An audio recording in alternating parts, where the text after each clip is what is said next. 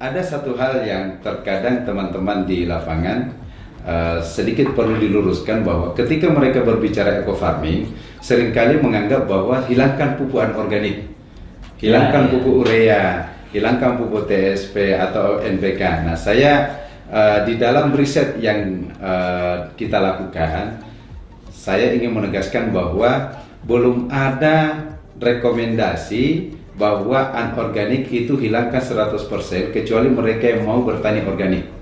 Jadi kecuali mereka memang berniat organik, betul, maka sebenarnya dia tidak perlu menghilangkan pupuk lainnya. Dia tetap bisa gunakan. Iya, tetap digunakan. Jadi memang saat ini perlu sahabat-sahabat semua pahami bahwa kondisi kita untuk pupuk subsidi yang disebarkan ke petani memang belum mampu dipenuhi secara keseluruhan oleh pemerintah ya. Jadi kita saat ini bertanggal hari ini 26 April ya, itu kita baru mampu menyediakan kurang lebih sekitar 9 juta ton ya. Kalau Pak Menteri kemarin menyampaikan bahwa dari RDKK yang diajukan oleh petani itu kurang lebih kebutuhan mereka 28 juta, sehingga sebenarnya kita bukan langka pupuk di lapangan, bukan, tetapi kekurangan. Kenapa kurang? Karena memang kita dari pemerintah, dana yang dialokasikan untuk pupuk subsidi itu terbatas. Karena perlu diingat bahwa pupuk subsidi memang untuk masyarakat yang memang layak mendapat subsidi, ya, masyarakat kurang mampu gitu ya. Nah, oleh karena itu teman-teman yang memasarkan mitra eco farming, sekali lagi bahwa untuk mencegah terjadinya stagnasi produksi, atau mungkin bukan cuma stagnan tetapi bisa jadi turun, untuk langkah awal jangan pernah rekomendasikan hilangkan pupuk anorganik ya. Kalau misalnya di dalam prosesnya ternyata tanahnya sudah bagus ya, maka memang salah satu syarat bagi teman-teman yang memasarkan eco farming ini, tolong miliki kemampuan untuk mengukur kualitas tanah ya. Saya kira ada banyak cara, salah satu diantaranya adalah mengetahui melalui bolam lampu itu yang sering dipraktekkan teman-teman ya. Nah, kalau misalnya tanah sudah bagus ya, karena untuk melakukan budidaya yang bagus tanpa lagi menggunakan pupuk anorganik segala macam, kita membutuhkan kurang lebih seorganik kisaran antara 4-5%. Artinya dengan kondisi saat ini baru di kisaran bahkan kurang dari 2%, itu memang butuh kerja ekstra. Nah, yang kedua, saya ingin menyampaikan juga, tolong para mitra menyarankan kepada petani agar memanfaatkan bahan organik di sekitarnya, Mas. Jadi kalau misalnya ada jerami, jangan dibakar, tetapi manfaatkan, kembalikan ke lahan sawah. Nah, ini berita gembiranya nih, subhanallah. Di pupuk eco farming ini, hasil pengujian yang kita lakukan, bakteri perombak organiknya sangat tinggi.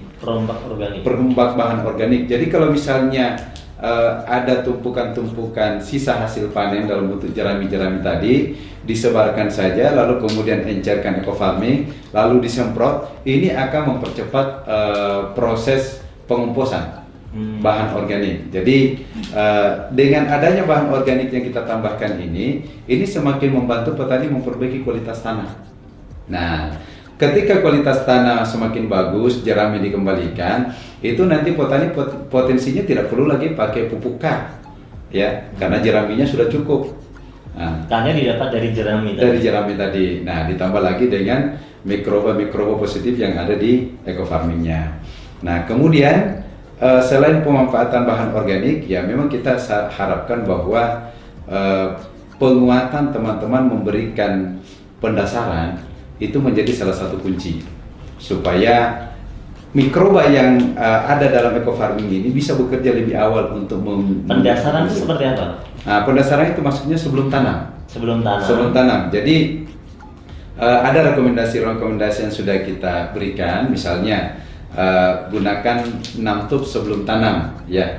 Nah, jadi 6 tub ini bisa diencerkan dengan 1 liter, bisa juga diencerkan dengan masing-masing 1 liter kalau lahan kecil. Nah, bagaimana cara menghitung kalau misalnya, Pak, saya hanya lahan saya misalnya 1000 meter, tapi kalau saya pakai 6 kan terlalu banyak. Nah, jadi caranya 1000 meter ini, satu tub ini kita encerkan, lalu kemudian setiap satu tangki itu dikali 50. Jadi kalau misalnya 6 tub berarti 6 kali 50, berarti ada 300 mili. Berarti dalam satu tangki itu berikan 300 mili ke dalam tangki, lalu kemudian dipakai untuk menyemprot tadi 500 meter persegi. Jadi kalau dia hanya 1000 meter, berarti kita hanya butuh 2 tangki. Bisa juga ya dengan dibagi lebih mudah, misalnya kalau 1 hektar itu kan 6. Iya. Kalau 5,5 hektar berarti 3. Iya. Betul. Ya kan? Lebih Iya. mudah kita cukup gunakan 3. Iya. Artinya bisa dibagi eco farmingnya. Iya, betul. Bisa. Nah, tadi kalau misalnya lahannya kurang dari 1,5 hektar, tadi saya contohkan 1000 meter kan? Berarti 1,5. Nah, dia hanya menggunakan 1000 meter, dia hanya butuh 600 mili, Mas. 600 mililiter untuk setelah diencerkan yang 1 liter itu dia pakai 600 mili untuk pendasaran di tanah. Kemudian tambahan ini, berarti Iya. kan tadi kan dikatakan bahwa pengurai organiknya kan sangat kuat, sangat Iya. tinggi kan. Nah, berarti sangat tepat sekali sebenarnya kalau misalnya tadi kan jerami itu memang bisa kita manfaatkan. Iya. Tapi kalau misalnya mereka juga menyediakan pupuk kandang, Iya. apakah itu sebenarnya sangat disarankan atau enggak? Sangat disarankan. Jadi sekarang ini kami dari Kementerian Pertanian itu sangat berupaya bagaimana supaya masyarakat secara umum ini kembali memaksimalkan bahan organik kembali ke tanah. Jadi bahan organik itu yang mana saja? Ya kotoran ternak ya, atau pupuk kandang, kemudian limbah-limbah di sekitar kita seperti sampah-sampah dedaunan. Nah, kemudian kalau yang sudah ada di sawah ya sisa hasil panen jeraminya itu sebaiknya dikomposkan, lalu kemudian ditebarkan di sawah. Nah, bagaimana cara pengomposan? Sekali lagi, di sini sudah ada bahan mikroba perombaknya. Ini saja dipakai. Berarti cukup mereka tebarkan, Ya. gunakan Ya, jadi farming. ya, jadi kalau di pengomposan itu yang bagus para sahabat sekalian bahwa buat mal yang 1 meter persegi, pupuk kandang, berbagai jenis daun-daunan di situ. Atau dimasukkan 1 drum gitu bisa ya? Bisa juga, tetapi yang mudah kalau di petani itu di alam terbuka kan. Oh, Dan di tanah. Ya, jadi buat mal dari bambu saja, misalnya bambu 1 meter persegi, tinggi 1 meter, nah turunkan semua ke situ. Tetapi ingat setiap lapisan 20 sampai 30 cm disiram. Nah, jadi kita secara berlapis setiap 20 sampai 30 cm siram sampai ketinggian 1 meter. Habis itu, setelah itu kemudian tutup dengan plastik rapat. Nah, nanti 1 minggu kemudian dia sudah akan turun, volumenya akan turun. Nah, biasanya 3 minggu dia sudah bisa dipakai. Kira-kira berapa eco farming yang bisa kita gunakan? Sebenarnya standar untuk kita menggunakan ini di dalam 1 kali aplikasi. Untuk kompos tadi loh maksudnya? Ya, itu kita bisa gunakan untuk 1 ton. Ya, 1 ton ini, 1 ton bahan organik. 1 ton bahan bisa kita gunakan cukup 1 aja ya? 1 aja. Jadi sebenarnya sih kurang dari 1 pun tidak masalah ini, karena mikrobanya sudah sangat banyak. Sudah sangat banyak sekali. Jadi yang penting setiap tadi berapa 20 cm siram. Kita siram. Ya. Biasa pakai apa? Ya. Eco farming yang sudah diencerkan kan. Nanti 20 cm lagi siram lagi. Betul. terus. Ya. Sampai kadar airnya kurang lebih 60%. Itu akan mempercepat proses degradasinya. Ya Pak Jamal, ini ada akhir-akhir ini beredar kabar atau postingan bahwa produk eco farming ini telah diuji oleh bagian biosecurity di Malaysia, ya, yang katanya ternyata mengandung bakteri patogen. Mungkin yang diuji adalah dalam kondisi yang sudah hitam mungkin ya, dia mengandung bakteri patogen yang di sana dijelaskan bahwa itu sangat berbahaya. Gimana kira-kira penjelasannya, Pak Jamal? Baik. Dari apa yang kami terima bahwa di antara bakteri-bakteri yang dinyatakan terdapat di dalam produk ini, ya seperti tadi bahwa ada potensi ini yang masih kemasan lama ya, yang mungkin kan masuk. Itu saya dapatkan ada Bacillus lisaniformis. Nah, jadi sebenarnya kalau kita bicara di tanah ya, untuk jenis bakteri ini sebenarnya ya memang dia banyak digunakan untuk seperti industri sebenarnya ya. Nah, tapi kalau misalnya di tanah ini sangat dia akan sangat membantu ya dalam hal untuk membentuk spora dan memberikan kontribusi untuk siklus nutrisi. Jadi sebenarnya kalau saat digunakan di tanah digunakan diaplikasikan di pemupukan itu ini tidak jadi masalah. Enggak. Cuma dia berbahayanya kalau terhadap manusia gitu. Ya. Nah, jadi kalau di tanah memang ini salah satu jenis mikroba yang dibutuhkan.